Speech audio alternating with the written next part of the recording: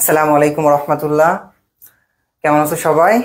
আমাকে একটু first of all জানিয়ে দাও যে সবকিছু ঠিকঠাক আছে কিনা, আমার সাউন্ড বলো বা ক্যামেরার অ্যাঙ্গেল সবকিছু ঠিক আছে কিনা। সো আলহামদুলিল্লাহ সবকিছু হয়তো বা ঠিক আছে। তো আবারও শুরু করছি। আজকে আমাদের কিন্তু এইচএসসি কেমিস্ট্রি চ্যাপ্টার 2 দিয়ে শুরু করতেছি আমরা ইনশাল্লাহ। আমাদের ধারাবাহিকভাবে সম্পূর্ণ চ্যাপ্টারগুলো আমরা পড়িয়ে দিব। তো তোমাদের জন্য আজকে গুণগত রসায়ন থেকে শুরু হচ্ছে। তো তোমরা একটা কাজ করো, আজকে লাইভ ক্লাসটা তোমরা সবার মাঝে ছড়িয়ে দাও। যত বেশি তোমাদের রেসপন্স থাকবে আমাদের লাইভ ক্লাসটা তত বেশি ইনশাল্লাহ আমরা নেওয়ার চেষ্টা করবো। ধরো আমি তোমাকে ফ্রি ক্লাস দিচ্ছি, তোমাদের যদি রেসপন্স ভালো না থাকে ডেফিনেটলি কিন্তু সেটা কন্টিনিউ করা একটু কষ্ট হয়ে যাবে। আমি একটু দেখে নিই কে কে আছো। স্যার ক্যামেরাটি মনে হচ্ছে অটো করা, না অটো করা না ফটো করা সেটা বেশি। আচ্ছা তোমরা আগে শেয়ার করে দাও। হ্যাঁ আমি শেয়ার লিখে দিলাম, যারা যারা শেয়ার করতেছো লিখে দাও তো শেয়ার ডান। কে কোথা থেকে যুক্ত আছো বলিও। হ্যাঁ তানভিয়া আছো, তাসফিয়া আছো, ওকে, জামি আছো, অনেকেই আছো। তো আমরা আজকে কি দ্বারা শুরু করব? এইচএসসি 26 ব্যাচ, 25 ব্যাচ এন্ড 26 ব্যাচদের জন্য। হ্যাঁ গুণগত রসায়ন দিয়ে শুরু করব। গুণগত রসায়ন এটা দিয়ে শুরু করব ইনশাল্লাহ। তো আই হোপ তোমাদের সবকিছু ঠিক আছে। নিমন বলছো শেয়ার ডান, থ্যাংক ইউ। জামি বলছো শেয়ার ডান, রায়হান বলছো শেয়ার ডান, আমি শ্রীমঙ্গল থেকে আছো, থ্যাংক ইউ। চলো আজকে এই যে গুণগত রসায়ন থেকে যেটা শুরু করবো ভাইয়া, মনে রাখো যে গুণগত রসায়ন থেকে তোমার একটা টাইপ অফ সৃজনশীল আসবেই, সেটা হইলো কোয়ান্টাম সংখ্যা থেকে। কোয়ান্টাম সংখ্যা নির্ণয় করা বা কোয়ান্টাম সংখ্যা থেকে মান নির্ণয় করা বা মোট ইলেকট্রন সংখ্যা নির্ণয় বা মোট অরবিটাল সংখ্যা নির্ণয়, এরকম। আমি তোমার কাছে অনেক কিছু পড়াবো তা না, আমি তোমাকে ঠিক সেটাই পড়াবো যেটা তোমার পরীক্ষায় 100% ইনশাল্লাহ আসবে। তো আজকে সেই ধারাবাহিকতায় আজকে শুরু করব আমরা কোয়ান্টাম সংখ্যা দিয়ে। কোয়ান্টাম সংখ্যা। সো কোয়ান্টাম সংখ্যা কাকে বলে? এটা যদি তোমাকে কেউ কখনো বলে, তুমি সেটা কি বলবা? ফার্স্ট অফ অল দেখো কোয়ান্টাম সংখ্যা কাকে বলে, এটা বোঝার আগে তোমাকে সিম্পল একটা বুঝাই যে আসলে অ্যাকচুয়ালি কোয়ান্টাম সংখ্যাটা কি। এটা বোঝার জন্য তোমাকে ছোট্ট একটা গল্প বলি। সাপোজ ধরে নাও এইখানে আমি একজনের নাম নেই, যেমন রাগিব আছে। হ্যাঁ রাগিব নওগাঁ থেকে আছে, থ্যাংক ইউ রাগিব। তো রাগিব চিন্তা করলো যে ও আমার সাথে দেখা করতে আসবে। হ্যাঁ তো আমি কোথায় থাকি? সাপোজ ধরে নাও ওর বাসা যেহেতু নওগাঁ, আমি নওগাঁতেই আছি। তো আমি যদি ওরে বলি যে রাগিব তুমি হইলো, আমি নওগাঁ আছি, তুমি আমার কাছে চলে আসো, রাগিব কি আমার সাথে দেখা করতে পারবে? কখনোই কিন্তু পাবে না, কারণ নওগাঁ জায়গাটা কি অনেক বড় একটা জায়গা, তাই না? এখন আমি যদি রাগিবকে এটা বলি যে রাগিব চিন্তা করো যে ভাই তুমি নওগাঁর অমুক জায়গাতে আসো, তো জায়গার নামটা যদি উল্লেখ করে দিই, বললাম তুমি ডিগ্রি কলেজ যেটা আছে, ওদের কলেজ এরিয়াটা আছে, ওইখানে চলে আসো। সে কলেজের এরিয়াতে চলে আসলো। এখন তুমি চিন্তা করো, দেখো তো ভাই যে এই এরিয়াটা অনেক বড়, এখানে আমি কোথায় আছি না আছি সেটা কিন্তু সে বুঝতে পারবে না। তখন ওই কলেজের এরিয়াতে আসার পর রাগিব আমাকে ফোন দিছে, বলতেছে ভাইয়া আমি তো কলেজের সামনে আসছি, আপনাকে তো খুঁজে পাচ্ছি না। তখন আমি কি করি? তখন আমি ওরা বলতেছি দেখো ভাইয়া 5 নম্বর রোডে আসো, 5 নম্বর রোডে আমার বাসাটা, তুমি খুঁজে পাবা। ও 5 নম্বর রোডেও আসছে, আসে দেখে যে না রাস্তা তো আছে, বাসা অনেকগুলা, তাও আমার খুঁজে পাচ্ছে না। তখন ও আমার জিজ্ঞেস করলো যে ভাইয়া আপনি বলেন তো আপনি কয় নাম্বার বিল্ডিং এ আছেন? তখন আমি বললাম যে দেখো আমি 5 নম্বর বিল্ডিং এ আছি। তাহলে ও যখন 5 নম্বর বিল্ডিং এর কাছে চলে আসছে, সোজা দেখে আমার বিল্ডিং এ আসছে, আমার সাথে দেখা করতে পারছে। খুব সিম্পল ভাবে দেখো, নর্মাল ভাবে আমার সাথে দেখা করার জন্য তাকে কতগুলো তথ্য নেওয়া লাগলো যে আমি কোথায় আছি, আমি নওগাঁতে আছি। নওগাঁর কোথায় আছি? আমি বললাম কলেজের সামনে আছি। কলেজের সামনে কোথায় আছি ভাই? আমি ওই যে বললাম একটা রাস্তার সামনে আছি, এবং কয় নাম্বার রাস্তা বললাম 5 নম্বর, সেই 5 নম্বর বিল্ডিং এ আমি আছি। দেখো আমাকে চেনার জন্য বা আমার সাথে দেখা করার জন্য কতগুলো তথ্য তার জানা লাগলো, জানা লাগছে না? 4-5টা তথ্য কিন্তু তার জানা লাগলো। একই ভাবে এই যে পরমাণুতে অনেক ইলেকট্রন আছে, এই ইলেকট্রন গুলো অ্যাকচুয়ালি সে কোথায় আছে, কেমনে আছে, কি করতেছে না করতেছে, এই ইলেকট্রনের 14 গোষ্ঠী ব্যাখ্যা করার জন্য কিছু নির্দিষ্ট সংখ্যার প্রয়োজন হয়। আর এই সংখ্যাগুলোকেই বলা হচ্ছে কি কোয়ান্টাম সংখ্যা। ভালো করে বোঝাতে, কোয়ান্টাম সংখ্যা কাকে বলে? যে ইলেকট্রনের 14 গোষ্ঠী ব্যাখ্যা করার জন্য কিছু নাম্বার অফ সংখ্যা ব্যবহার করা হয়, এটাকে আমরা বলতেছি কোয়ান্টাম সংখ্যা। এখন তুমি যদি বলো যে ভাই আমি যদি এমনে সংখ্যা দিয়ে থাকি তাহলে জিন্দগিতেও তো স্যার আমার নাম্বার দিবে না, তো আমি লিখে আসবো কেমনে? ভালো করে বুঝো, তোমার কাছে যদি এরকম একটা পরমাণু থাকে, একটা পরমাণু আছে, তার বিভিন্ন কক্ষপথ আছে। তো এই যে বলবো আমরা কি বলবো, নিউক্লিয়াসকে কেন্দ্র করে ঘূর্ণনরত ইলেকট্রনের তার অবস্থান ঠিক আছে, তার কি ব্যাখ্যা করবা তুমি? অবস্থান ব্যাখ্যা করবা, তার ব্যাখ্যা করতে পারো, তার উপস্তর ব্যাখ্যা করতে পারবা, উপস্তর তুমি তার কি ব্যাখ্যা করতে পারবা? অবস্থান, উপস্তর, এবং তুমি ব্যাখ্যা করতে পারবে ত্রিমাত্রিক দিক বিন্যাস, ত্রিমাত্রিক দিক বিন্যাস। তাহলে সংজ্ঞাটা কেমনে দিবা? তুমি বলবা নিউক্লিয়াসকে কেন্দ্র করে ঘূর্ণনরত ইলেকট্রনের অবস্থান, উপস্তর, ত্রিমাত্রিক দিক বিন্যাস ইত্যাদি সঠিক এবং নির্ভুলভাবে ব্যাখ্যা করার জন্য কিছু সংখ্যার ব্যবহার করা হয়। এই সংখ্যাগুলোকেই বলা হচ্ছে কি কোয়ান্টাম সংখ্যা।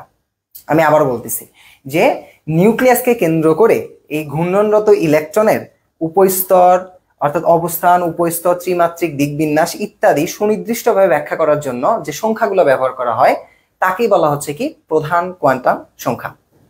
ওকে, এতটুকু বুঝতে পারছো? আমাকে একটু ওয়াই লিখে জানাবা।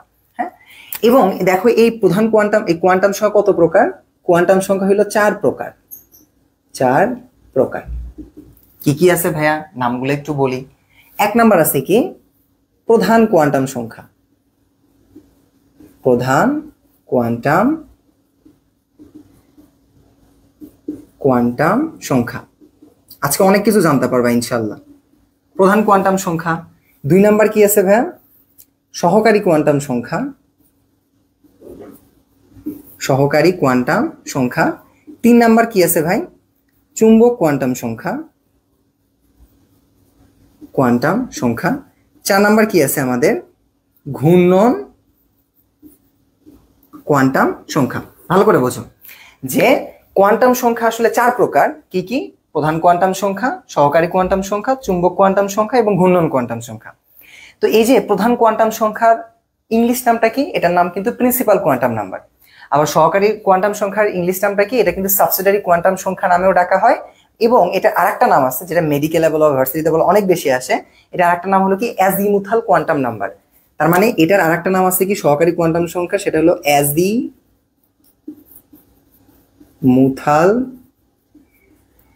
কোয়ান্টাম সংখ্যা। ওকে, আর চুম্বক কোয়ান্টাম সংখ্যার ইংলিশ নামটা কি হবে? Magnetic quantum number. আর ঘূর্ণন কোয়ান্টাম সংখ্যার নাম হবে কি স্পিন কোয়ান্টাম নাম্বার। ওকে, তো এই প্রত্যেকটা বিষয় সম্পর্কে ইনশাআল্লাহ আমরা ধারাবাহিকভাবে একদম ডিপলি থেকে বুঝে আসবো, যাতে করে তোমাদের কোনো কনফিউশন না থাকে। ওকে, এতটুকু কি ক্লিয়ার? আমাকে একটু ওয়াই লিখে জানাও তো, আমি একটু কমেন্টগুলো পড়বো তোমাদের। তো এখন আমরা প্রধান কোয়ান্টাম সংখ্যাটা দেখব। এটুকু কি বুঝতে পারছো? আমাকে একটু ওয়াই লিখে জানাও। আসসালামু আলাইকুম স্যার। তমা বলছো সালাম দিয়েছো, ওয়ালাইকুম আসসালাম। ডালিম বলছো আপনার এসএসসি ব্যাচ 2024-এ ছিলাম, থ্যাংক ইউ ডালিম। রাফাত বলছো ওয়াই। হাবিব বলছো আসসালামু আলাইকুম ভাই, এসএসসি 26। আচ্ছা, তোমাদের 26 ব্যাচ 25 ব্যাচ তোমাদের জন্য কিন্তু ক্লাসগুলো করা। রায়হান সুন্দরভাবে সংখ্যাটা দিছো, থ্যাংক ইউ রায়হান। সিফাত বলছো ওয়াই। জামি সরকার বলছো ওয়াই, থ্যাংক ইউ। তো চলো প্রধান কোয়ান্টাম সংখ্যা কাকে বলে এটা একটু বোঝা যাক। দেখো, কোনো কিছুই মুখস্থ করা যাবে না, কোনো কিছুই মুখস্থ করা যাবে না, একদম আমরা ভিতর থেকে পড়ে আসবো ইনশাল্লাহ। ত্রিমাত্রিক দিক বিন্যাস কি সব পড়াবো যখন ধীরে ধীরে একটা করে ব্যাখ্যা করব। এবার আসুন প্রধান কোয়ান্টাম সংখ্যা, যাকে আমরা ইংলিশে কি বলছি প্রিন্সিপাল কোয়ান্টাম নাম্বার। এই প্রধান কোয়ান্টাম সংখ্যা কাকে বলে এটার আগেও তোমার একটা ইম্পর্টেন্ট জিনিস জানা লাগবে, ভার্সিটিতে অনেক বেশি আসে, তোমার একাডেমিকও এমসিকিউ আসবে। এই প্রধান কোয়ান্টাম সংখ্যা দ্বারা পরমাণুর আসলে কি নির্দেশ করে? মনে রাখবা, এই প্রধান কোয়ান্টাম সংখ্যা দ্বারা পরমাণুর আকার নির্দেশ করে। কি আকার? আকার মানে বোঝো অ্যাকচুয়ালি সেই পরমাণুটা কত বড় হবে, এতটুকু হবে, এতটুকু হবে, না এত বড় হবে। প্রধান কোয়ান্টাম সংখ্যা দ্বারা পরমাণুর আকার নির্দেশ করে। ওকে, তো এখন প্রধান কোয়ান্টাম সংখ্যা কাকে বলে সিম্পল ভাবে মনে রাখো। দেখো ভাই, এই যে একটা নিউক্লিয়াস আছে না, তুমি বলবা এই নিউক্লিয়াসকে কেন্দ্র করে যে স্থির কক্ষপথ, এই যে প্রত্যেকটা কক্ষপথ গুলো কি স্থির, স্থির কক্ষপথ, স্থির কক্ষপথ। তাহলে আমরা কি বলবো? নিউক্লিয়াসকে কেন্দ্র করে যে স্থির কক্ষপথে ইলেকট্রন ঘূর্ণনরত অবস্থায় থাকে তাকে বলা হচ্ছে কি প্রধান কোয়ান্টাম সংখ্যা।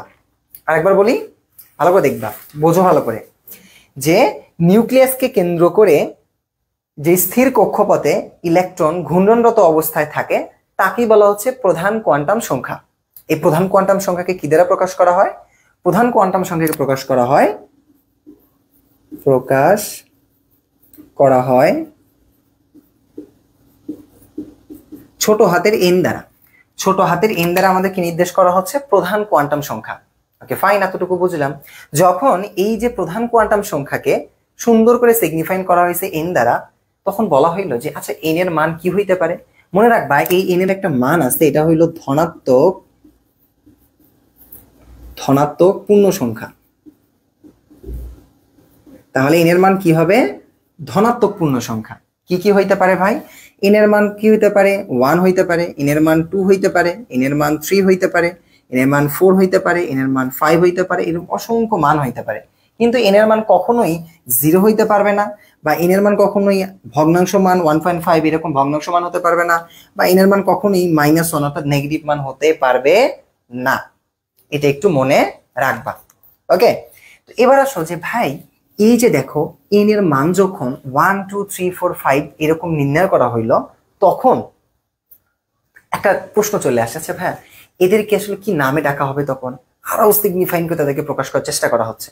তখন বলা হইলো কি এন এর মান যদি কখনো 1 হয় তখন তোমরা তাকে কে দ্বারা ডাকবা, যদি 2 হয় তাকে লিখবা এল, 3 হইলে লিখবা এম, 4 হইলে লিখবা এন, তারপরে হইলে লিখবা 5 হইলে লিখবা ও, 6 হইলে লিখবা পি, এরকম করে চলতেই থাকবে।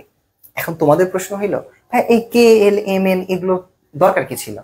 দরকার এই কারণে ছিল যে তাদেরকে আরো সহজভাবে ব্যাখ্যা করার জন্য। তুমি আমাকে এটাও প্রশ্ন করতে পারো, আচ্ছা ভাই আমি কে থেকে কেন শুরু করলাম, এল থেকে কেন শুরু করলাম না, বা এ থেকে কেন শুরু করলাম না? এখন কথা হইলো যে বিজ্ঞানী এটা আবিষ্কার করছে, এই ভদ্রলোক এখান থেকেই শুরু করছিল, বিধায় তোমার এখান থেকেই শুরু করতে হবে। ওকে, যেমন আমি এই মার্কার দিয়ে লিখতেছি, এটাকে মার্কারই কেন বলতেছি? তার কারণ এটার নাম মার্কার, কেউ প্রথম বলে গেছে এই জন্য মার্কার বলতেছি। তো যে যখন করেছে আবিষ্কার করছে ডেফিনেটলি সে এইভাবে করছে, তোমাকে এইভাবে পড়া লাগবে। এখন চিন্তা করো, ধরে নাও আমরা এমন মানুষ আছে না যে একজন মানুষের একাধিক নাম থাকতে পারে, খুব সিম্পল থাকতেই পারে। যেমন তুমি দেখো তোমার নাম একাধিক থাকতে পারে না, এমন কেউ কি আজকে লাইভে আছো যে তোমাদের একজনেরই একাধিক নাম আছে? আমাকে একটু কমেন্ট বক্সে জানাবো। তো এই যে প্রধান কোয়ান্টাম সংখ্যা আছে না, তো এই প্রধান কোয়ান্টাম সংখ্যা এখন বায়না ধরছে, বলতেছে সবার ভালো নাম, ডাক নাম, খারাপ নাম থাকে, আমার কেন একটা নাম থাকবে? হ্যাঁ, তখন বলা হচ্ছে দেখো ভাই কোয়ান্টাম সংখ্যা, তোমার একটা নাম নাই, তোমারও একাধিক নাম আছে। সে নামগুলো কি কি? এই নাম হইলো আছে, একে তুমি শেল নামে ডাকতে পারো। কি নামে? শেল। এটা তুমি মানে প্রধান কক্ষপথ নামে ডাকতে পারো।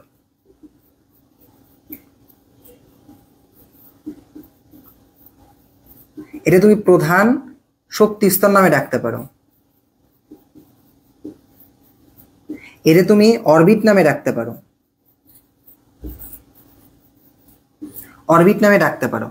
ঠিক আছে, এই বিভিন্ন নামে তুমি এদেরকে ডাকতে পারো। তোমাকে যদি কেউ কখনো বলে অরবিটের সংজ্ঞা দাও, তখন তুমি ওই প্রধান কোয়ান্টাম সংখ্যাটা দিলেই হবে। তোমাকে যদি কেউ বলে প্রধান কক্ষপথের দাও, একই। তোমাকে যদি বলে প্রধান শক্তি স্তর, ওটাও এক। তোমাকে যদি বলে শেল, ওটাও এক। এই সবগুলো কিন্তু একই জিনিস। সংজ্ঞাটা কিভাবে দিবা?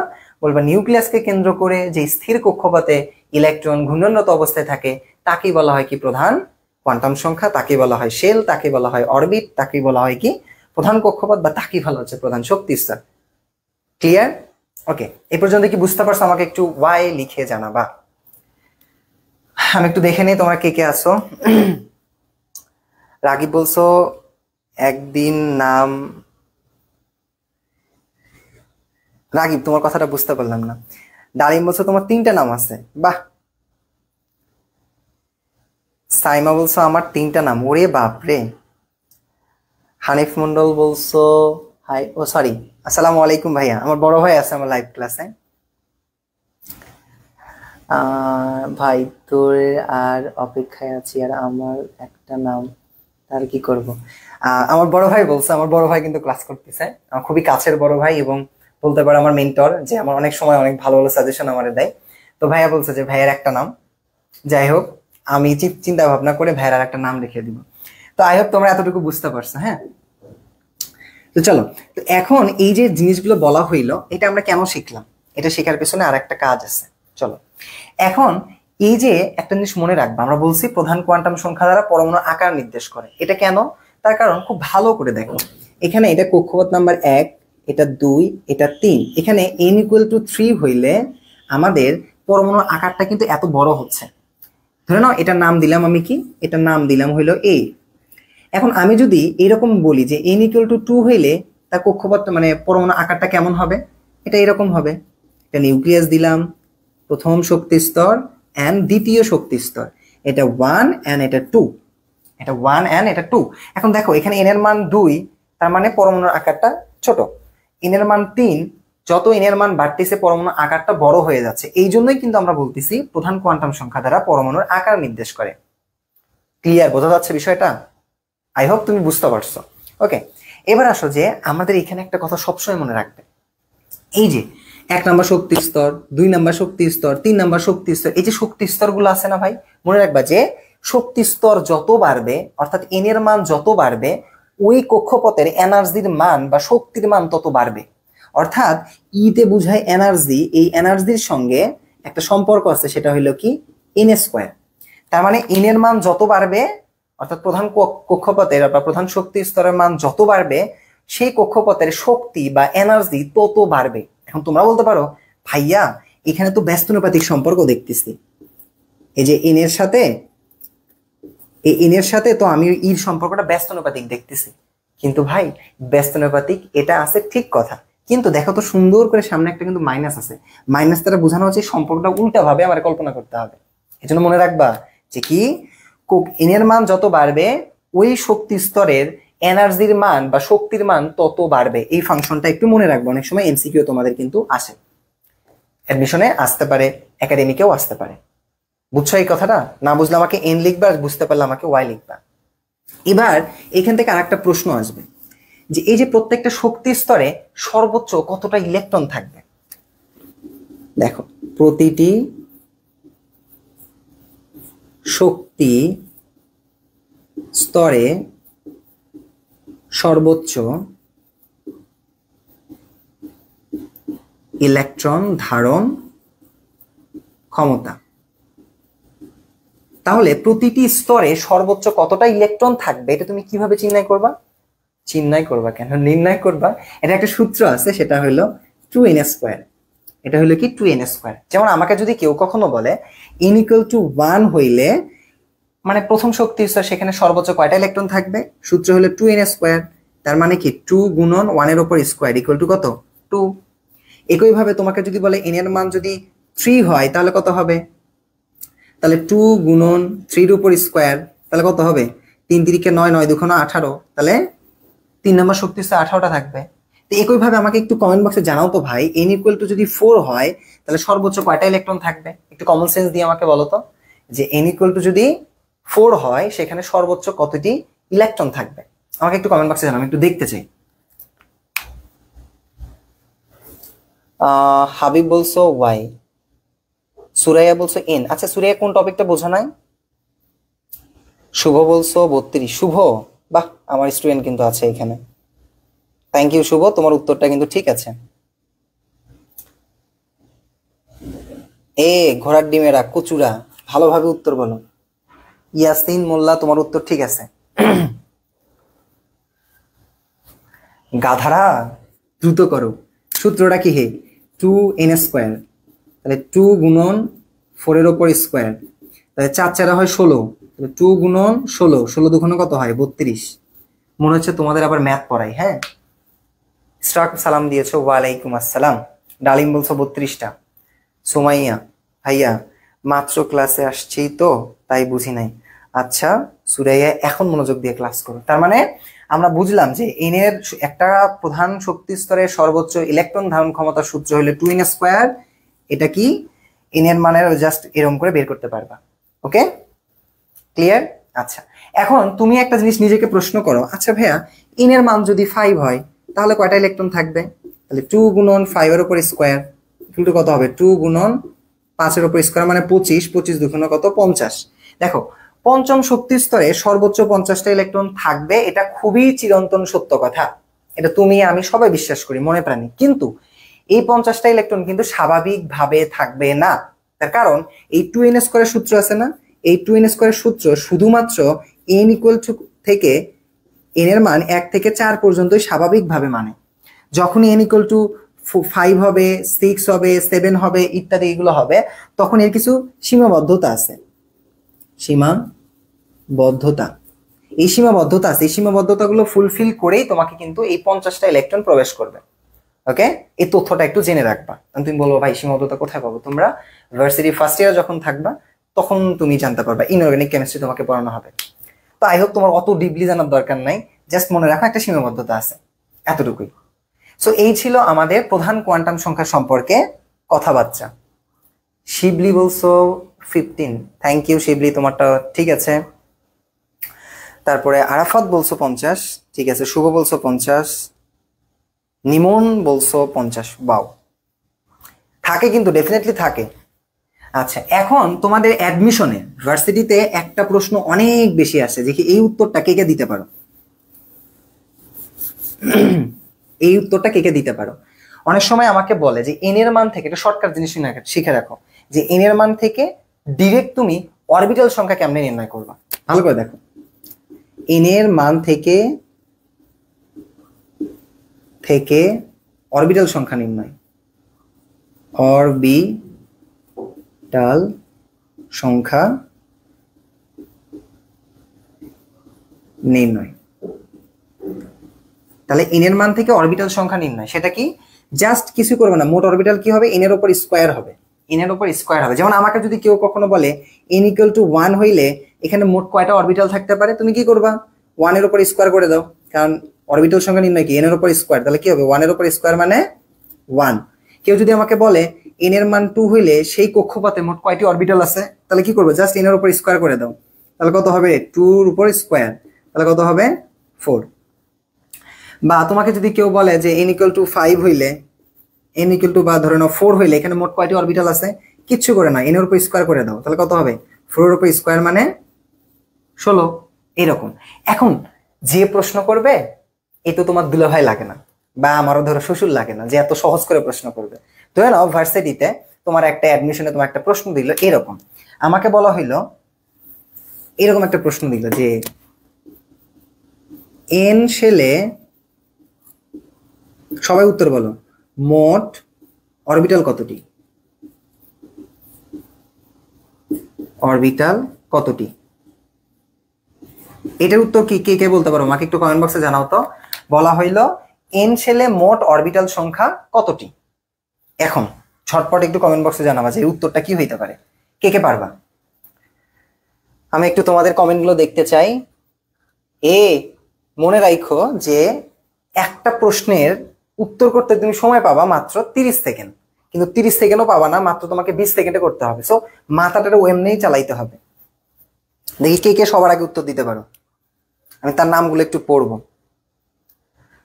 তো কি বলছো? এন এর ওপর 62, তো কি মাথায় কিন্তু বাড়ি মারবো রে।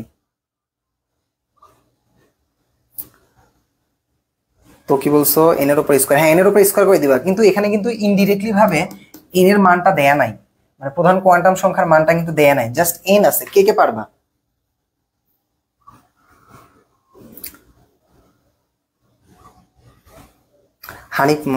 হানিফ ভাইয়া বলছে যে হইলো আমার শ্বশুর আছে। ভাই মানে বড় ভাই হয়ে গেছে এখন। ভাই একটা বলি যে আমারও তো বয়স ভালো হয়ে গেছে, একটু তাড়াতাড়ি পাতি টাতি দেখেন, আমিও বিয়ে টিয়ে করতে চাই। কথা হইলো এমন একটা বিয়ে টিয়ে করা লাগবে যে আমার শ্বশুর যেন আসলে কি বলে বোর্ডে কোন একটা কর্মকর্তা থাকে, তাহলে ভালো হবে, সোলপোলদের প্রশ্ন দেওয়া যাবে। আচ্ছা, কে কে পাইছো? নীরব বলছো 16, ডালিম বলছো 16। আচ্ছা, যারা বোঝো নাই তারা আমাকে এন লেখো, আমি বুঝাই দিচ্ছি। রাজু বলছো বন্ধু দোয়া রইলো, থ্যাংক ইউ বন্ধু। আচ্ছা, অনেকেই বুঝতে পারছো, আবার অনেকেই বুঝতে পারো নাই, এর উত্তরটা দিই। ভাইরে তোমাদের সবাইরে বললাম যে মোট অরবিটাল নির্ণয়ের সূত্রটা কি? এন এর উপর স্কোয়ার। তার মানে আমি যদি এখান থেকে এন এর মানটা না জানি, তাহলে কি আমি কখনো এই মোট অরবিটাল বের করতে পারবো? উত্তর হইল না। কিন্তু একটু আগেই তোমাকে কি দেখে দিলাম যে এন এর মান 1 হতে পারে, 2 হতে পারে, 3 হতে পারে, 4 হতে পারে, 5 হইতে পারে, মানে পূর্ণ সংখ্যা হইতে পারে। এন এর মান 1 হইলে তাকে আমরা লিখতে পারি কে শেল, 2 হইলে এল, 3 হইলে এম, 4 হইলে এন, 5 হইলে ও, এরকম করে চলতেই থাকে। তো ভাইজানেরা এখানে আমরা বলা হয়েছিল এন শেল। কি বলা হয়েছিল? N shell. এই যে এন শেল, এন শেল মানে কি? ইনডিরেক্টলি ভাবে বলা হয়েছে এখানে এন এর মান, প্রধান কোয়ান্টাম সংখ্যার মান কত? 4। কারণ প্রধান কোয়ান্টাম সংখ্যার মান 4 হইলে লেখা যায় কি? এন। তাহলে এখানে কি হবে? এন এর মান 4, তাহলে 4 এর উপর স্কয়ার করলে কত হয়? 16। 4 এর মান স্কয়ার করলে কত হবে? 16। এবার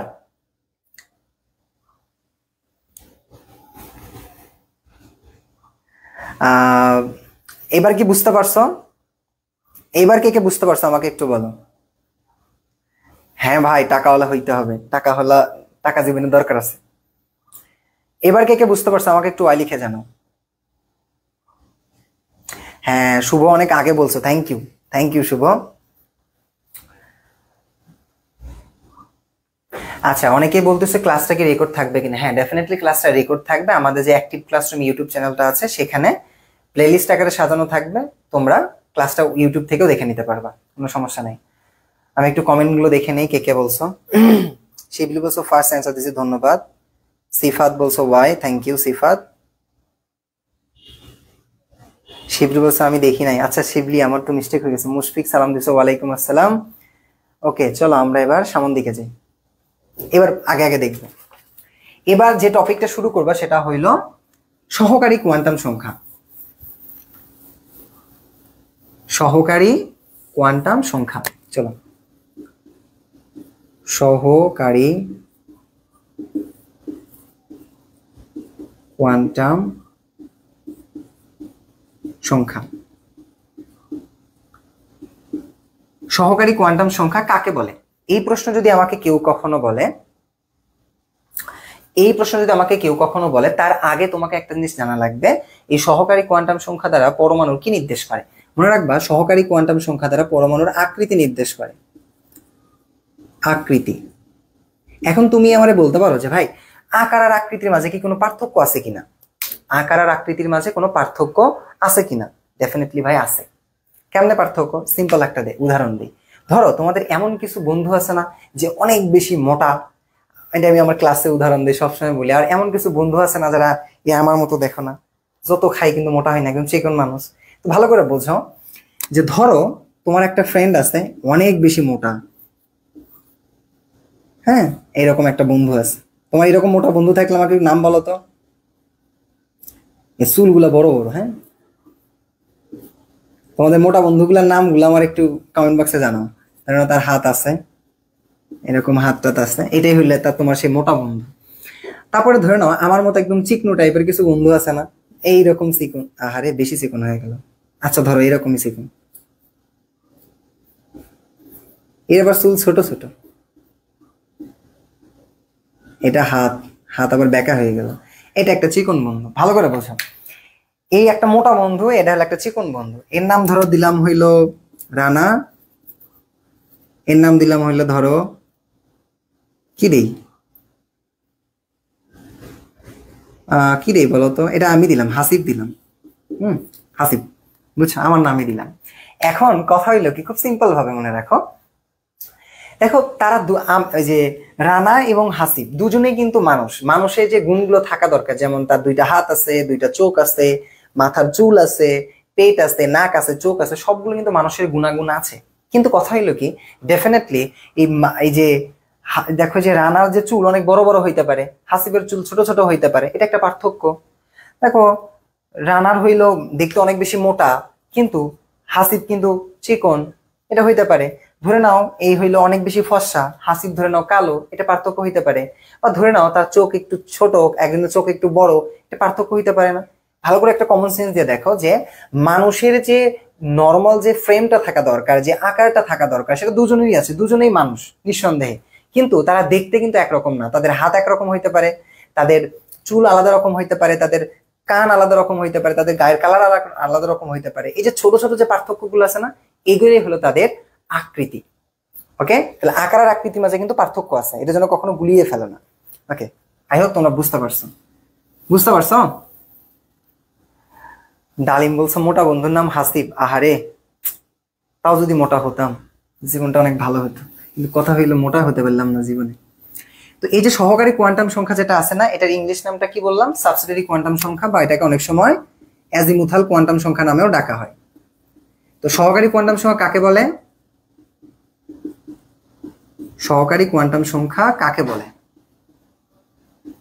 এই সংখ্যাটা আমি মুখস্থ করব না, এটাকে আমি বলবো নিউক্লিয়াসকে কেন্দ্র করে যে স্থির কক্ষপথগুলো থাকে না,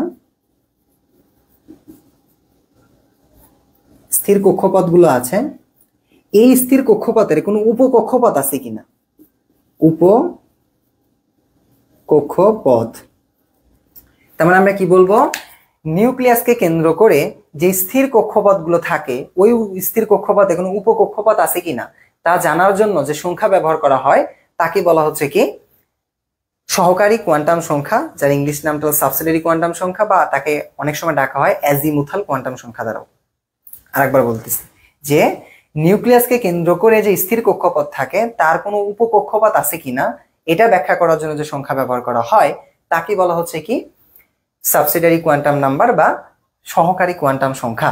এই সহকারী কোয়ান্টাম সংখ্যাকে কি দ্বারা প্রকাশ করা হয়, একে প্রকাশ করা হয় ছোট হাতের এল দ্বারা। একে কি দ্বারা প্রকাশ করা হচ্ছে, ছোট হাতের এল দ্বারা।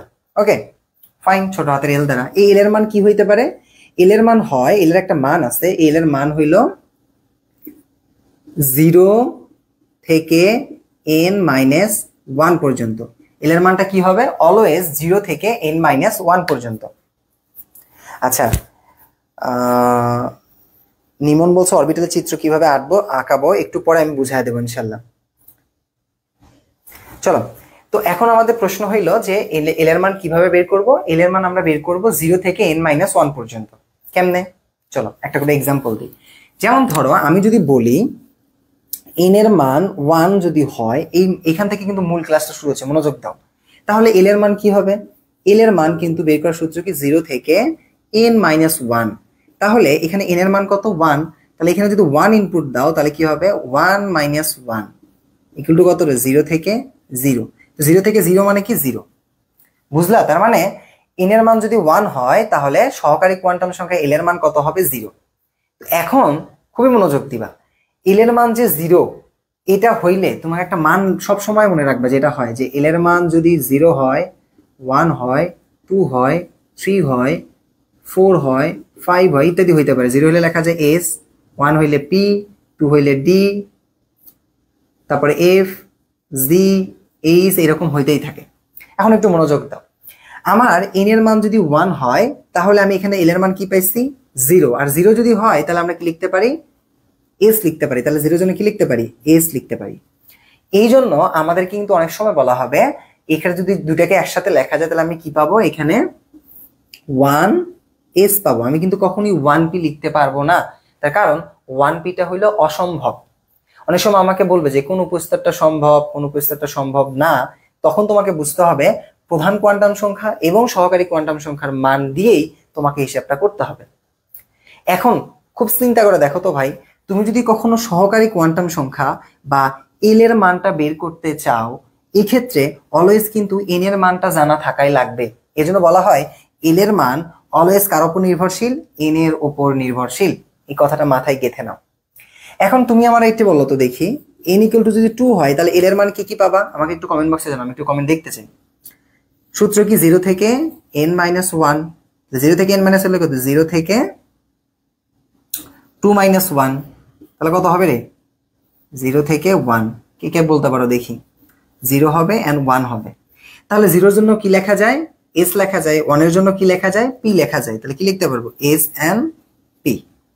তাহলে এই দুইটারে যদি একসাথে লেখো, এই 2 একবার s এর সাথে যাবে, 2 একবার p এর সাথে যাবে, তাহলে আমরা কি লিখতে পারবো, 2s লিখতে পারবো এবং 2p লিখতে পারবো। আমি কি 2d লিখতে পারবো, উত্তর হইল না, আমি 2d কখনোই লিখতে পারবো না। তার কারণ n এর মান যদি 2 হয়, সহকারী কোয়ান্টাম সংখ্যার মান শুধু 0 এবং 1 হয়। আচ্ছা, 0 হইলে s লেখা যায়, 1 হইলে p লেখা যায়। এই জন্য 2s এবং 2p সম্ভব, 2d উপস্তর কখনোই সম্ভব না। এখন তোমরা আমাকে এটা অনেক সময় কিন্তু বলো, এই যে 2s বা 2p এদেরকে অরবিটাল নামে ডাকো, এরা কিন্তু কখনোই অরবিটাল না। কারণ অরবিটাল সম্পর্কে ধারণা পাওয়া যায় চুম্বক কোয়ান্টাম সংখ্যা থেকে, যেটা আমরা একটু পরে জানবো। ওকে, সো এটা কিন্তু নয়, এগুলো উপস্তর, নট এ অরবিটাল। তাহলে এটা তো বুঝলাম। একইভাবে n এর মান যদি 5 হয় তখন কি হবে বলো তো, n এর মান 5 হলে কি কি পাবা, ধরো না n এর মান 6 আছে, কি আছে 6, n এর মান 6 হইলে তাহলে তুমি l এর মান যদি হিসাব করতে চাও তাহলে কি কি পাবা বলো তো, আমাকে একটু কমেন্ট বক্সে জানাও। উত্তর কে কে দিছিলাম, ডালিম তোমার উত্তর ঠিক আছে। মোহাব্বত স্যার আপনার বাসা কোথায়? এটা কিন্তু আমার বন্ধু, হ্যাঁ, মজা নিচ্ছে। তারপর আরাফাত হোসেন বলছে 2s2p। আচ্ছা আরাফাত এবার এটা বলো। নিমন বলছো 0134। 0134 কেন হবে? খুবই মনোযোগ দিয়ে দেখো, আমি একটু দেখতে চাই। বকুল বলছে স্যার আপনি বিয়ে করবেন কয়বার? আলহামদুলিল্লাহ আমি বিয়ে একবারই করতে চাই। কথা হইলো তাড়াতাড়ি সবাই তোমরা পাত্রী দেখা শুরু করো, হ্যাঁ, কারণ বিয়ের বয়স হয়ে গেছে। এখন কথা হইলো দেখো, এনের মান যদি 6 হয় তাহলে আমরা কি লিখবো? 0 থেকে 6 মাইনাস 1, মানে 0 থেকে 6 থেকে একবার দিলে কত থাকে রে? 5। তো 0 থেকে 5 মানে কি? এই 0 থেকে 5 এর ভিতরে যে সংখ্যাগুলো আছে, আরাফাত 0 1 2 3 4, তোমার তো ঠিক আছে না? ঠিক নাই তোমারটা। 0 থেকে 5 এর ভিতরে যে সংখ্যাগুলো আছে তোমাকে সবগুলোই লিখতে হবে। এখন কিভাবে লিখবো?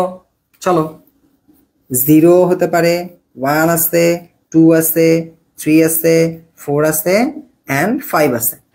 তার মানে n এর মান যদি 6 হয় তাহলে l এর মান 0 1 2 3 4 এন্ড 5, এতগুলো মান হবে। ওকে, ভালো কথা, হোক। এখন 0 জন্য জানি কি লেখা যায়? 0 জন্য লেখা যায় s, এই যে এখানে লিখে দিছি। 1 এর জন্য p, 2 এর জন্য d, 3 এর জন্য f, 4 এর জন্য d, 5 এর জন্য s p d f, ও এটা তো z, 5 এর জন্য হবে h।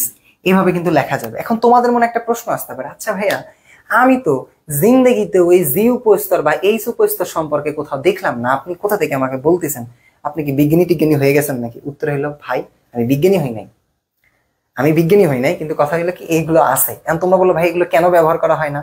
তার কারণ এখন পর্যন্ত এত বড় মৌল আবিষ্কার করা হয় নাই, যার কারণে যাদের ইলেকট্রন বিন্যাস করার জন্য আমাকে জি বা এইচ উপস্তরে যাওয়া লাগে।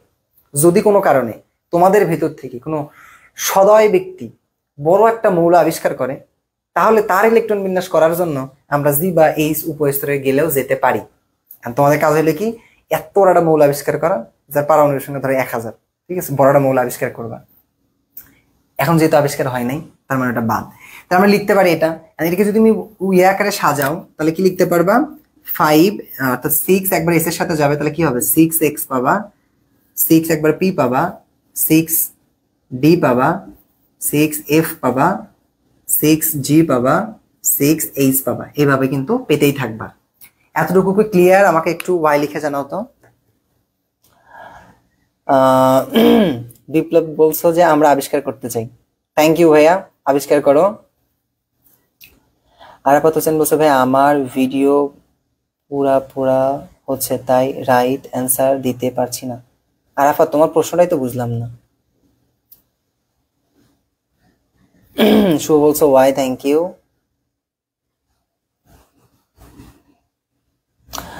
বকুল বলছো স্যার আপনি কেমিস্ট্রি খুব ভালো পড়ান, আমি তার প্রমাণ, থ্যাংক ইউ।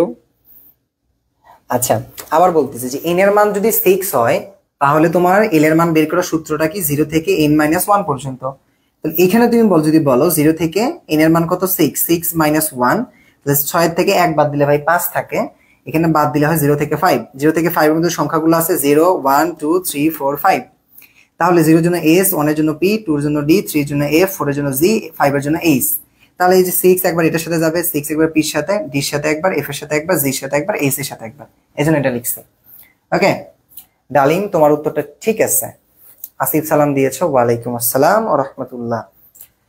ওকে এই পর্যন্ত আই হোপ তোমরা বুঝতে পারছো। একটা কথা, লাইভ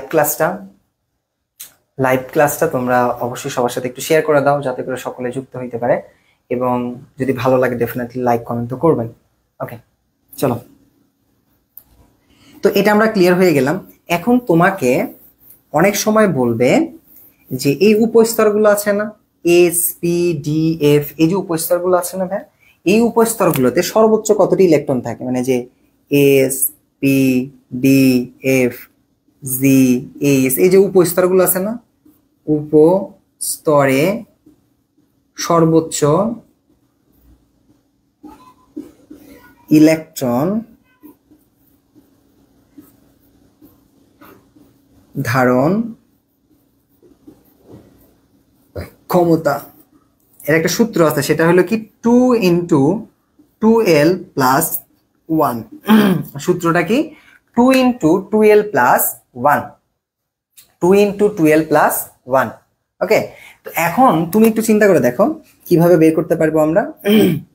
আমি যদি বলি যে এস এর সর্বোচ্চ কয়টি ইলেকট্রন থাকে, এস এর সর্বোচ্চ কয়টি ইলেকট্রন থাকে এস এর ক্ষেত্রে বের করো। তোমরা বলবা অনেক সময় এস এর 2টা ইলেকট্রন থাকে। আমি প্রশ্ন হলো কেন 2টা ইলেকট্রন থাকে, তার উত্তর তুমি এখন জানতে পারবা। তো এস যদি একটা উপস্তর হয়, এটা তাহলে তার ইলেকট্রন ধারণ ক্ষমতার সূত্র কি 2 ইন্টু 12 প্লাস 1। এটা যদি হয় তাহলে তুমি কি লিখবা, সূত্রটা হলো 2 ইন্টু 2l প্লাস 1। ভালো কথা। এখন তুমি চিন্তা করো ভাই এখানে এল এর মানটা কত বসাবা, তুমি বলবে এখানে কিন্তু এল এর মানটা ডিরেক্ট ভাবে দেয়া নাই, ইনডিরেক্ট ভাবে দেয়া আছে। এল এর মান কত হবে, এস লেখা যায়। এস কখন লেখা যায়, এল এর মান যদি 0 হয়। তার মানে এই এল এর মান 0 দেখে আমরা কি লিখছিলাম এস। তাহলে এখানে এল এর মান কত বসাবা, 2 গুণন 0 প্লাস 1। তাহলে 2 এর সাথে 0 গুণ করলে হয় 0, তার সাথে 1 যোগ, তাহলে 0 সাথে 1 যোগ করলে হয় কত 1, আর 2 কে 2। এই জন্যই কিন্তু আমরা বলি এস উপস্তরে সর্বোচ্চ 2টা ইলেকট্রন থাকে। ক্লিয়ার? একইভাবে তুমি যদি দেখো পির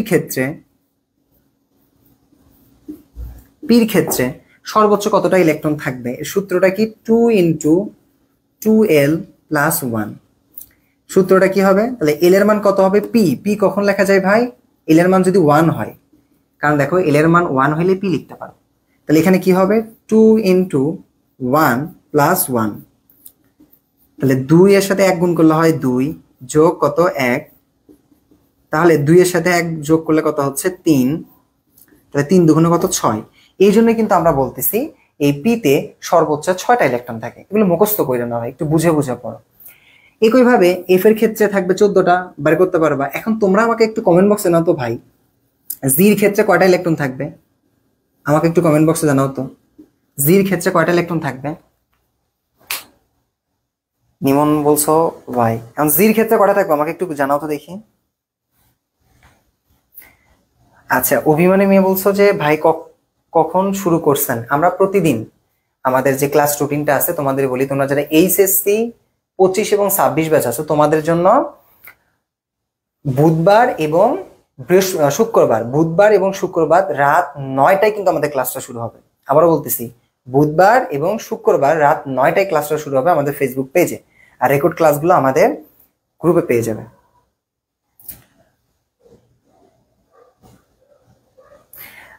গরমে ঘেমে গেছি, এসি লাগাবো, আমি গরিব, টাকা নাই। সবাই একটু কমেন্ট করে দাও দেখি কি হয়।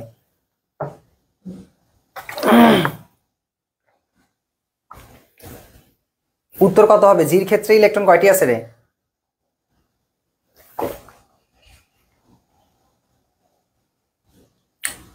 দেখি কে কে বলতে পারো।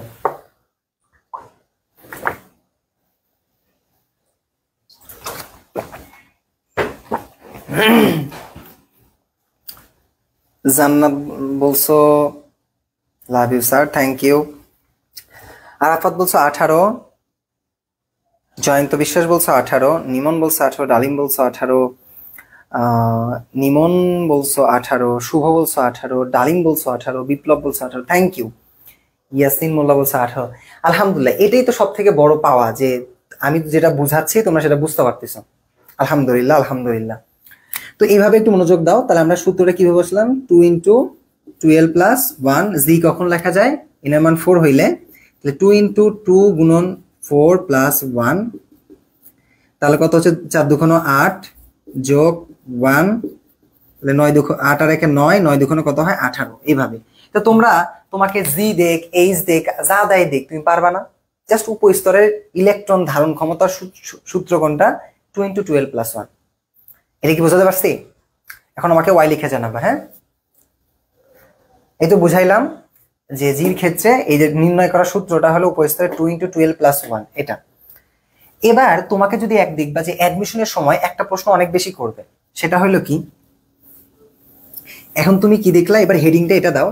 আচ্ছা, একটা কাজ করবা, তোমরা যে ক্লাস নোটটা তৈরি করবা এটা আমাদের যে অ্যাক্টিভ ক্লাসরুম যে ফেসবুক গ্রুপটা আছে ওইখানে কিন্তু শেয়ার করবা। হ্যাঁ, ওইখানে তোমাদের যে নোট তৈরি করতেছে এখন পড়ার সময়, এই নোটটা অবশ্যই আমাদের ফেসবুক যে গ্রুপটা আছে অ্যাক্টিভ ক্লাসরুমের ওখানে একটু শেয়ার করবা, আমাদের টিম সেটা অ্যাপ্রুভ করে দিবে।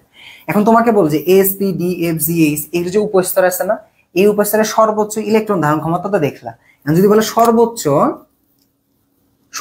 অরবিটাল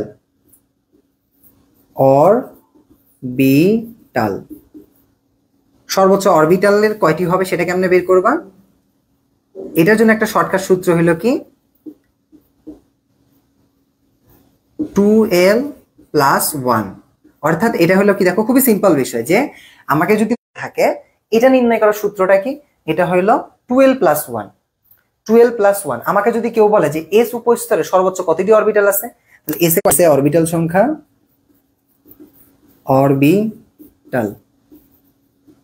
এস এ অরবিটাল সংখ্যা কয়টি হবে? এস এ অরবিটাল সংখ্যা হবে কিন্তু সূত্রটা হলো 2l + 1।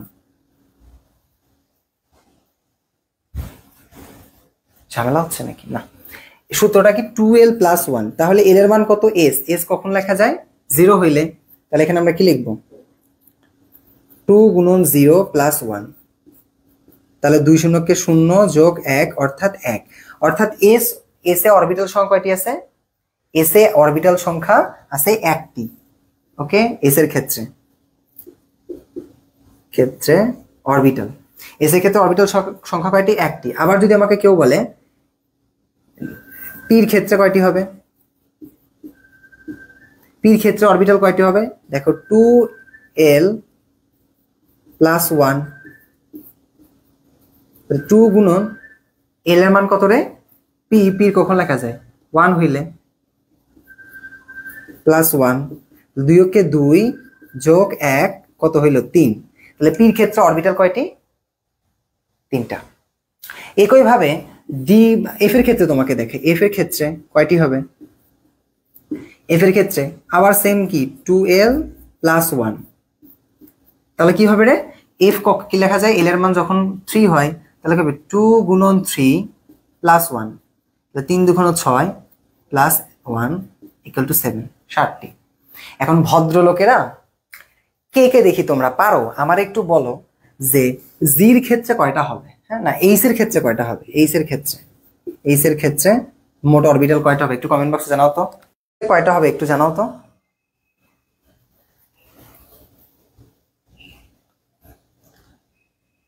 মুশফিক চৌধুরী বলছো 11, জয়ন্ত বিশ্বাস বলছো 11, সিফাত বলছো 11, ইয়াসিন মোল্লা বলছো 11, মোহাম্মদ শাফি বলছো যে আমাদের, আচ্ছা তোমরা যারা আমাদের এসএসসি 25 টার্গেট A+ কোর্সে যুক্ত আছো, তোমাদের ক্লাসগুলো শিডিউলটা আমাদের গ্রুপে দেয়া আছে, পোস্টার দেয়া আছে, ওখানে কাইন্ডলি একটু দেখে নেবে। হ্যাঁ, best of luck Mehedi Hasan, Tushar, thank you. এটা তোমার বন্ধু না? হ্যাঁ, আচ্ছা অনেকে বলছে 11। এখন কথা হলো 11 কেন হচ্ছে একটু দেখা যাক, চলো। তাহলে এইচ এর ক্ষেত্রে অরবিটাল সংখ্যা নির্ণয়ের সূত্র কি? 2l + 1। দেখো এখানে এল এর মান কত হবে? এইচ হইলে কত হয়? 5। তাহলে 5, আচ্ছা 2 গুণন 2 × 5 + 1, 2 সাথে 5 এ মাল্টিপ্লাই করলে হয় 10 যোগ 1 অর্থাৎ 11। যারা 11 উত্তর দিচ্ছ তারা সঠিক ছিল। নিমন তোমার উত্তর ঠিক ছিল, জাকি তোমার উত্তর ঠিক ছিল, ডালিম তোমার উত্তর ঠিক ছিল, জামি সরকার তোমার উত্তর ঠিক ছিল। আচ্ছা নেট সমস্যা একটু হয়েছিল, কারণ আমার এখন আর হবে না ইনশাল্লাহ। আই হোপ তোমরা এখন কি ক্লিয়ার? আলহামদুলিল্লাহ, এখন তোমরা বুঝতে পারছো। ওকে, চলো এবার আমরা একটু সামনের দিকে যাব। এখন তোমাদের অনেক সময় দেখবা যে একাডেমিকে বা ভার্সিটিতে তোমাদের অনেক সময় প্রশ্ন আসে যে এটার অর্থটা কি, যে এসপিডিএফ যে উপস্তরগুলো আছে। আরাফাত বলছো ভাই, থ্যাংক ইউ। যে এস যে আছে না ভাই, এস উপস্তর নামটা কি? এস অর্থ হইলো শার্প, SHARP, শার্প মানে কি জানো? তীক্ষ্ণ বা সূক্ষ্ম। ওকে, এস অর্থ কি? সূক্ষ্ম, ঠিক আছে, বা তীক্ষ্ণও বলতে পারো, সূক্ষ্ম। আর পি অর্থ কি? পি অর্থ হলো প্রিন্সিপাল, PRINCIPLE, প্রিন্সিপাল মানে বোঝো না? প্রধান, বোঝো তো? এর মানে কি? প্রধান। প্রিন্সিপাল মানে কি? প্রধান, ক্লিয়ার? আর ডি মানে কি? ডি মানে হলো ডিফিউজ। ডি মানে কি? ডি অর্থ হলো ডিফিউজ,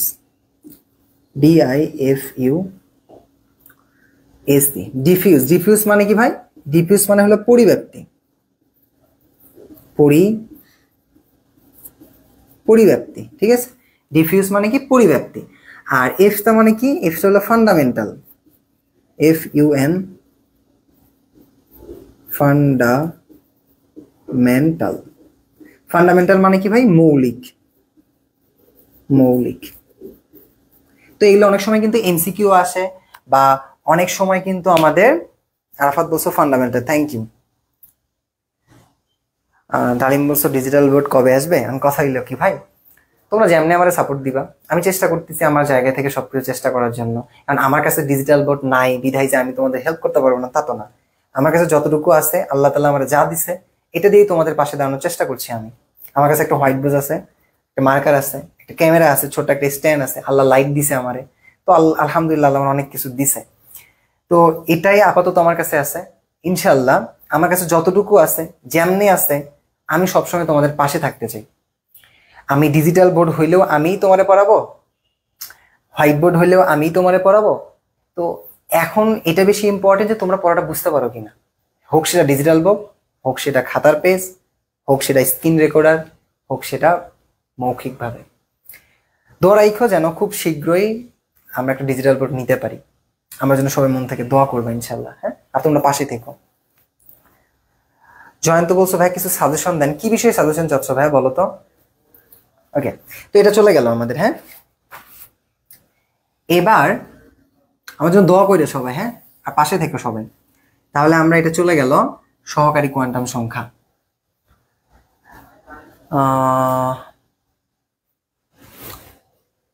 এবার চলো আমরা দেখব কি 3 নম্বরে চুম্বক কোয়ান্টাম সংখ্যা। চুম্বক কোয়ান্টাম সংখ্যা কাকে বলে এটা বোঝার আগে তোমাকে আবারও সেম প্রশ্ন করা দরকার, চুম্বক কোয়ান্টাম সংখ্যা অ্যাকচুয়ালি এটা দ্বারা কি নির্দেশ করে। এটা মনে রাখবে, এটা দ্বারা কিন্তু নির্দেশ করে ত্রিমাত্রিক দিকবিন্যাস, ত্রিমাত্রিক দিকবিন্যাস। তোমরা বলতে পারো ভাই ত্রিমাত্রিক দিকবিন্যাসটা কি, একটু পরে ক্লিয়ার হয়ে যাবে ইনশাআল্লাহ যে ত্রিমাত্রিক দিকবিন্যাসটা অ্যাকচুয়ালি কি। তো ত্রিমাত্রিক দিকবিন্যাস চেনা এবং জানার আগে তোমাকে কি জানা লাগবে, চুম্বক কোয়ান্টাম সংখ্যা অ্যাকচুয়ালি কাকে বলে, এটা একটু বলে আসি আমরা। দেখো চুম্বক কোয়ান্টাম সংখ্যা কি বলবা, মুখস্থ করবে, বলবো যে নিউক্লিয়াসকে কেন্দ্র করে যে উপকক্ষপথগুলো থাকে না, যে উপকক্ষপথগুলো আছে, সেই উপকক্ষপথগুলোর ত্রিমাত্রিক দিকবিন্যাস ব্যাখ্যা করার জন্য যে সংখ্যা ব্যবহার করা হয় তাকে আমরা কি বলবো, চুম্বক কোয়ান্টাম সংখ্যা। আবার বলতেছি, চুম্বক কোয়ান্টাম সংখ্যা কাকে বলে, আমরা বলবো নিউক্লিয়াসকে কেন্দ্র করে যে উপকক্ষপথগুলো থাকে, এই উপকক্ষপথগুলোর ত্রিমাত্রিক দিকবিন্যাস ব্যাখ্যা করার জন্য যে সংখ্যা ব্যবহার করা হয় তাকে বলা হচ্ছে কি, চুম্বক কোয়ান্টাম সংখ্যা, যার ইংলিশ নাম হইল কি ম্যাগনেটিক কোয়ান্টাম নাম্বার। এই চুম্বক কোয়ান্টাম সংখ্যাকে কি দ্বারা প্রকাশ করা হয়, চুম্বক কোয়ান্টাম সংখ্যা দ্বারা প্রকাশ করা হয় হলো ছোট হাতের এম দ্বারা। কি দ্বারা, ছোট হাতের এম দ্বারা। সো ডেফিনেটলি প্রধান এবং সহকারী কোয়ান্টাম সংখ্যার মতো এম এরও একটা মান আছে। এম এর মানটা কি, এম এর মানটা হইল আমাদের plus minus L, plus minus L. এর অর্থ হইল যে আমি যদি কখনো চুম্বক কোয়ান্টাম সংখ্যা অর্থাৎ এম এর মান বের করতে চাই, তার আগে আমার এল এর মান জানা থাকাই লাগবে। এই জন্য আমরা বলি যে এম এর মান অলওয়েজ এল এর উপর নির্ভরশীল। এই কথাটা কিন্তু মনে রাখবা যে অনেক সময় এমসিকিউ আসবে, এম এর মান কার উপর নির্ভরশীল, তুমি বলবা এম এর মান এল এর উপর অর্থাৎ সহকারী কোয়ান্টাম সংখ্যার উপর নির্ভরশীল। আমি একটা মান বের করে দেখাই, ধরো।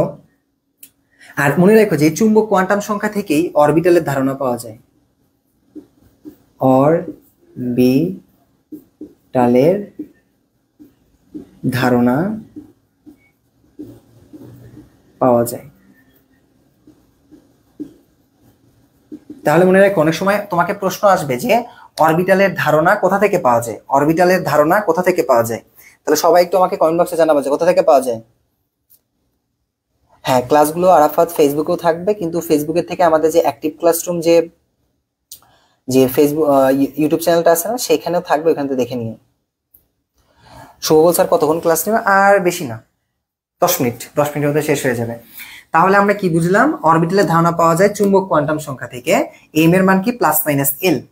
আমি যদি এখন তোমার এটা বলি, ধরে নাও এন এর মান যদি 2 হয়, তাহলে এল এর মান তোমার বার করতে বলবে, তুমি এল এর মান এবং এম এর মানটা হিসাব করবা। এন এর মান 2 হইলে সহকারী কোয়ান্টাম সংখ্যার মান কিভাবে নির্ণয় করবা, 0 থেকে n-1। ওকে, আচ্ছা আমি তোমাকে একটু বড় দিয়ে দেখাই। n এর মান ধরে নাও 4, তাহলে l এর মান কিভাবে বের করবা? 0 থেকে n-1, 0 থেকে n-1 হইলে কত হবে? 0 থেকে 4 - 1, অর্থাৎ 0 থেকে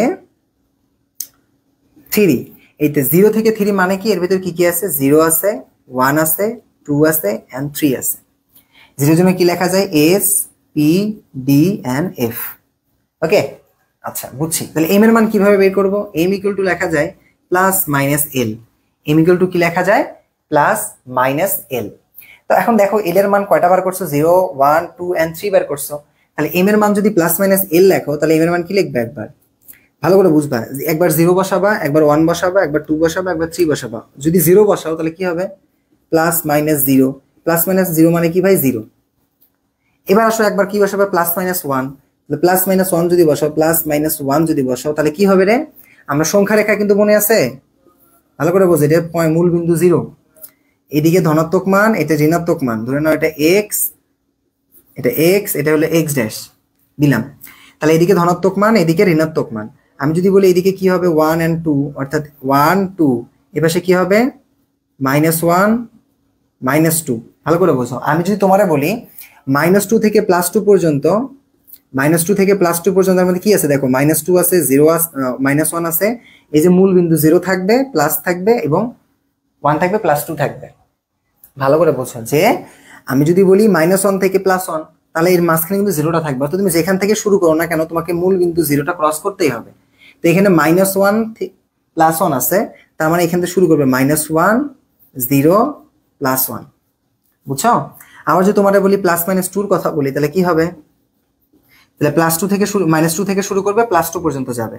তাহলে কি হবে রে? -2, -1, 0, +1 and +2। আবার যদি বলি +-3, তাহলে কি হবে?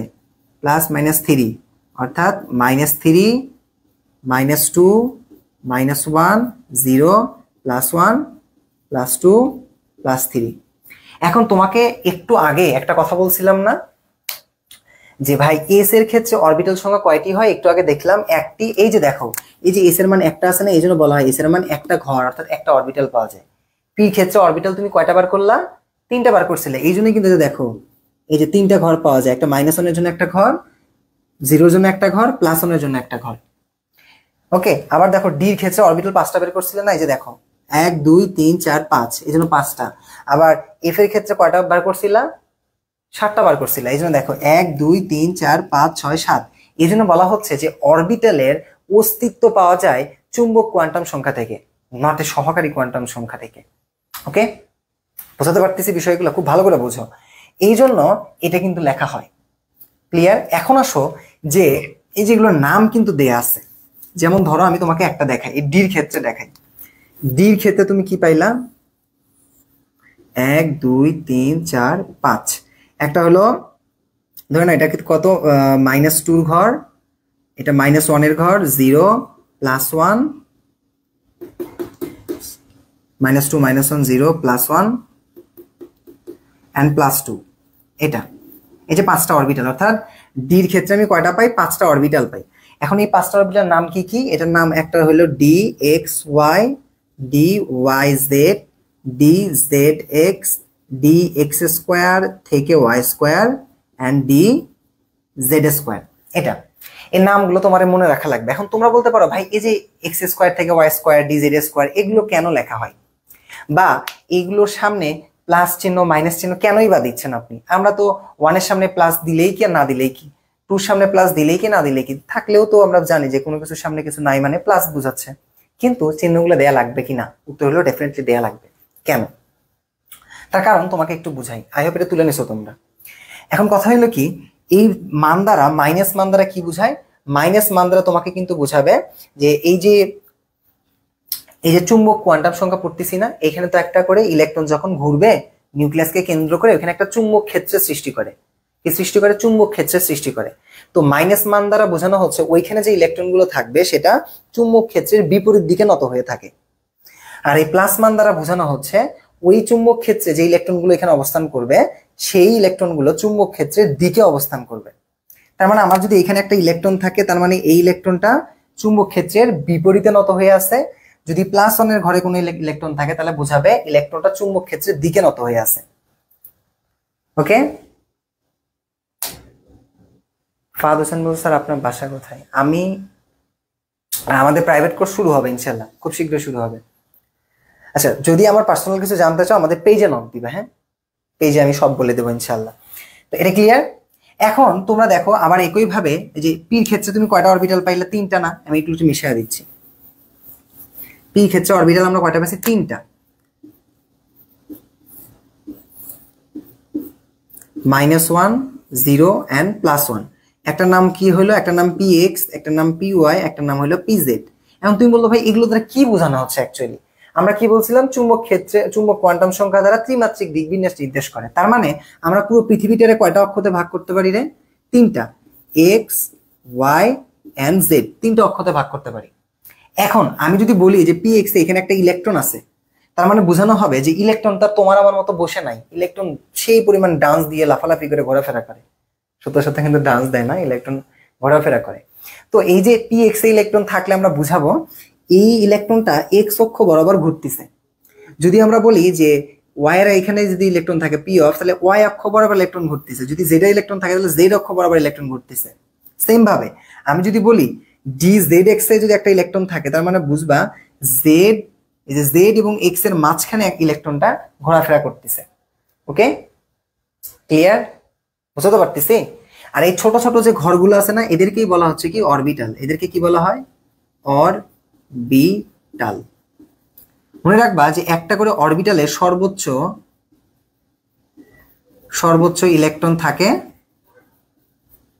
2টি করে।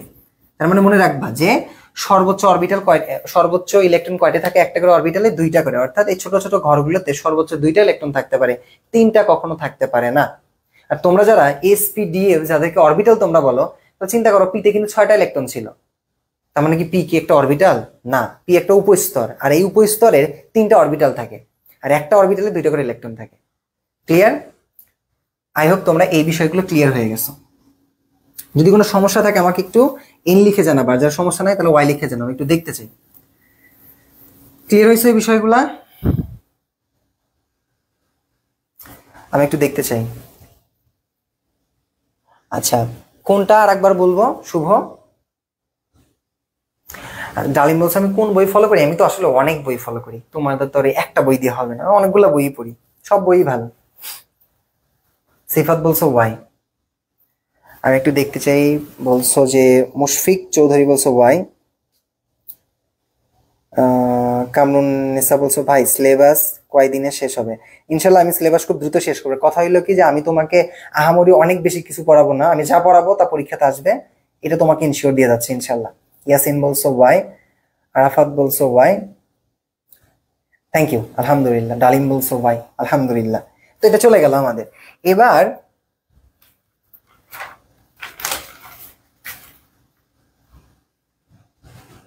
আমাদের মাসুদ নাকি মাহমুদ, তুমি আমাদের হোয়াটসঅ্যাপ যে গ্রুপটা আছে ওইখানে একটা টেক্সট দিয়ে রাখো, আমি রিপ্লাই দিব। হ্যাঁ, আমাদের কোর্সের ক্লাস শুরু হবে ইনশাল্লাহ, হয়ে তো গেছে। এবার আসো যে লাস্ট টপিক, সেটা হইল স্পিন কোয়ান্টাম সংখ্যা বা ঘূর্ণন কোয়ান্টাম সংখ্যা। ঘূর্ণন কোয়ান্টাম সংখ্যা কাকে বলে? এইচএসসি পাস করতে হবে। হ্যাঁ অবশ্যই এইচএসসি পাস করলে হবে রে গাধা, ছাতার মাথা কুসুম। পাস করবে না, ভালো মার্কই তুলবা। এখন কথা হইল কি, এ প্লাস হবে ইনশাল্লাহ। হ্যাঁ, এ প্লাস হবে। এখন আসলে ঘূর্ণন কোয়ান্টাম সংখ্যা কাকে বলে? তুমি বলবা খুব, দেখো ঘূর্ণন মানে কি ভাই? ঘোরাঘুরি। ধরো আমি এই রকম ভাবে ঘুরে গেলাম, তার মানে কি আমি ঘুরলাম। এখন চিন্তা করে দেখো, আমি এদিকেও ঘুরতে পারি, আমি এদিকেও ঘুরতে পারি, এটা আমার ব্যক্তিগত বিষয়। স্পিন মানে কিন্তু এরকম বোঝায় ঘূর্ণন। স্পিন মানে কি বোঝায়? ঘূর্ণন। এখন আমরা সময় বলি না যে Rashid Khan is a good leg spinner, তার মানে কি তার বলটা লেগ স্পিনের দিকে ঘোরে, মানে লেগ দিকে ঘুরে যায়, বোঝো না? আবার আমরা বলি না যে হইলো ধরো আর কি আছে যে আর অনেকে বলার আছে না, তারপরে কি আছে, কার নাম বলি মনে হচ্ছে না, মেহেদী হাসান মিরাজ বাংলাদেশের কথা বলে, ও কিন্তু একটা অফ স্পিন করে, তার মানে সে বলটা ঘুরে দিতে পারে। তাহলে সাকিব আল হাসান স্পিন বলার, মেহেদী হাসান মিরাজ স্পিন বলার, তাইজুল স্পিন বলার, তারপর রশিদ খান স্পিন বলার, বলার আছে তাকে স্পিন বলার মানে তারা বল ঘুরাইতে পারে। এখানে কি ঘুরাবে বলো তো? ঘূর্ণন কোয়ান্টাম সংখ্যা বা স্পিন কোয়ান্টাম নাম্বার। তার মানে তারা কি ঘুরাইতে পারে? কোয়ান্টাম সংখ্যাটা ঘুরাইতে পারে। অর্থাৎ সংখ্যাটা আমি এভাবে বলবো যে নিউক্লিয়াসকে কেন্দ্র করে ইলেকট্রনের যে ঘূর্ণনের দিক ব্যাখ্যা করার জন্য যে সংখ্যা ব্যবহার করা হয় তাকে বলা হচ্ছে কি? ঘূর্ণন কোয়ান্টাম সংখ্যা। আরেকবার বলি, যে নিউক্লিয়াসকে কেন্দ্র করে ইলেকট্রনের ঘূর্ণন ব্যাখ্যা করার জন্য যে সংখ্যা ব্যবহার করা হয় তাকে বলা হচ্ছে কি? ঘূর্ণন কোয়ান্টাম সংখ্যা। আর এই স্পিন কোয়ান্টাম সংখ্যা বা ঘূর্ণন কোয়ান্টাম সংখ্যাকে কি দ্বারা প্রকাশ করা হয়?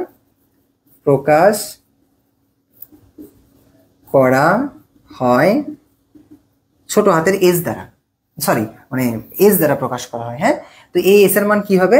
এস এর মান হবে always plus minus half. S এর মান কি হবে? Always plus minus half. তোমরা এখন বলতে পারো ভাই প্লাস হাফ দ্বারা কি বোঝায়, মাইনাস হাফ দ্বারা কি বোঝায়? প্লাস হাফ দ্বারা কি বোঝায়, মাইনাস হাফ দ্বারা কি বোঝায়, এটা এখন চিন্তা করো।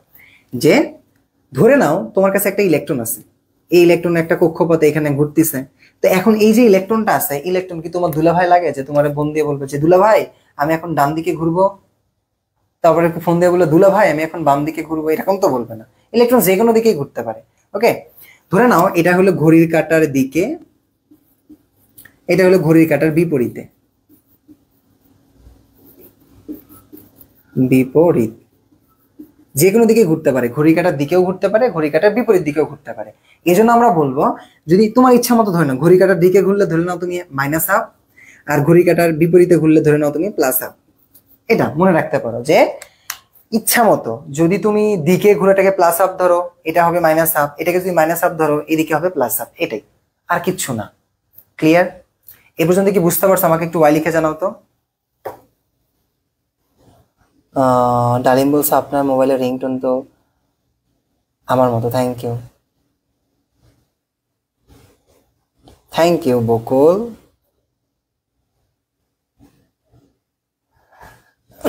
জাকির বলছে ছাতার মাথা কচুর মাথা মানে কি? ছাতার মাথা আর কচুর মাথা মানে হইল অনেক কিছু। ভাই আপনার টুথপেস্টে কি সোডিয়াম ক্লোরাইড আছে? হ্যাঁ নাফি, আমার টুথপেস্টে লবণ আছে। আলহামদুলিল্লাহ, মেলা লবণ, বেবেলা লবণ আছে। ওকে, তো আমাদের আজকের ক্লাসের টার্গেট ছিল কি? প্রধান কোয়ান্টাম সংখ্যা এবং সহকারী কোয়ান্টাম সংখ্যা, চুম্বক কোয়ান্টাম সংখ্যা এবং ঘূর্ণন কোয়ান্টাম সংখ্যা, এটার বেসিক থেকে শুরু করে স্ট্রং লেভেল পর্যন্ত নিয়ে যাওয়া। এখন নেক্সট ক্লাসে আমরা আলোচনা করব কি? ইলেকট্রন বিন্যাস এবং এই কোয়ান্টাম সংখ্যা থেকে যে একটা সৃজনশীল আসবে এটা মাস্ট, সেই প্যাটার্নটা আলোচনা করবো ইনশাল্লাহ। তাহলে আমি তোমাদের ক্লাস রুটিনটা আবারও বলে দিচ্ছি। আমাদের ক্লাস রুটিনটা হইল তোমাদের জন্য কিবার? শনি, বুধবার আর হলো শুক্রবার। বুধ আর শুক্রবার রাত কয়টায়? রাত 9টায়। ওকে, আর এসএসসি দের ক্ষেত্রে কি হবে? এসএসসি দের হইল 2 দিন হবে, শনিবার আর সোমবার 2 দিন লাইভ ক্লাস হবে। আর আমাদের সবগুলো লাইভ ক্লাসের রেকর্ডেড যে ভার্সনটা আছে আমাদের অ্যাক্টিভ ক্লাসরুমের ইউটিউব চ্যানেলে পাবা। তো তোমাদের কাছে আমি রিকোয়েস্ট করবো যে তোমরা যে ক্লাস থেকে যে নোটগুলো তৈরি করবা এই নোটগুলো আমাদের অ্যাক্টিভ ক্লাসরুম গ্রুপে শেয়ার করবা ইনশাল্লাহ। ওকে, সো তোমাদের যদি কারো কোনো প্রশ্ন থাকে আমাকে করতে পারো। এই যে টপিকগুলো আমি বুঝালাম এই টপিকের যদি না থাকে তাহলে ক্লাসটা শেষ করবো ইনশাল্লাহ। কারো যদি কোনো প্রশ্ন থাকে তাহলে প্রশ্ন লিখবা, ওয়াই লিখবা আগে, তারপরে প্রশ্ন করো। আর যাদের প্রশ্ন নাই তারা এন লেখো, তাহলে বুঝবো তোমাদের কোনো প্রশ্ন নাই, তাহলে ক্লাসটা শেষ করবো ইনশাল্লাহ। ওকে, ডালিম বলছো ঘড়ি কাটার দিকে মাইনাস কেন? তোমার ইচ্ছা, তুমি ঘড়ি কাটার দিকে প্লাস ধরো। আরিফ বলছো যে আমার কাছে পড়তে চাও। বাবা আরিফ, তুমি একটা কাজ করো, তুমি আমাকে পার্সোনাল ভাবে আমাদের যে পেজ আছে না, পেজের ইনবক্সে তুমি নক দাও। হ্যাঁ, আমি তোমার সাথে কথা বলবো। কামরুন্নেসা বলছো এন, তার মানে তোমাদের কোনো প্রশ্ন নাই। সিফাত বলছো এন, কোনো প্রশ্ন নাই। আরাফাত বলছো তোমার কোনো প্রশ্ন নাই। আলহামদুলিল্লাহ। সো আজকে এ পর্যন্ত থাকুক। বকুল বলছো স্যার আমাদের এভাবে বোঝানোর জন্য অসংখ্য ধন্যবাদ। Thank you. আলহামদুলিল্লাহ। আচ্ছা, নেক্সট ক্লাস কবে হবে? নেক্সট ক্লাস হবে হইল শুক্রবার রাত 9টায়। ওকে, তো এখানে বকুল এবং আরিফ, বকুল আমার ছোট ভাগনা আর হইলো আরিফুল আমার বন্ধু, খুব কাছের বন্ধু। হ্যাঁ, ওরা সবসময় আমাকে সাপোর্ট দেয়। থ্যাংক ইউ তোমাদেরকে। তো সকলেই ভালো থাকো, সুস্থ থাকো। দেখা হচ্ছে শুক্রবার রাত 9টায় আবারও লাইভ ক্লাসে। আজকে এই পর্যন্তই। সবাই ভালো থাকো, আমার জন্য দোয়া রাখো। হ্যাঁ, আসসালামু আলাইকুম রহমতুল্লাহ।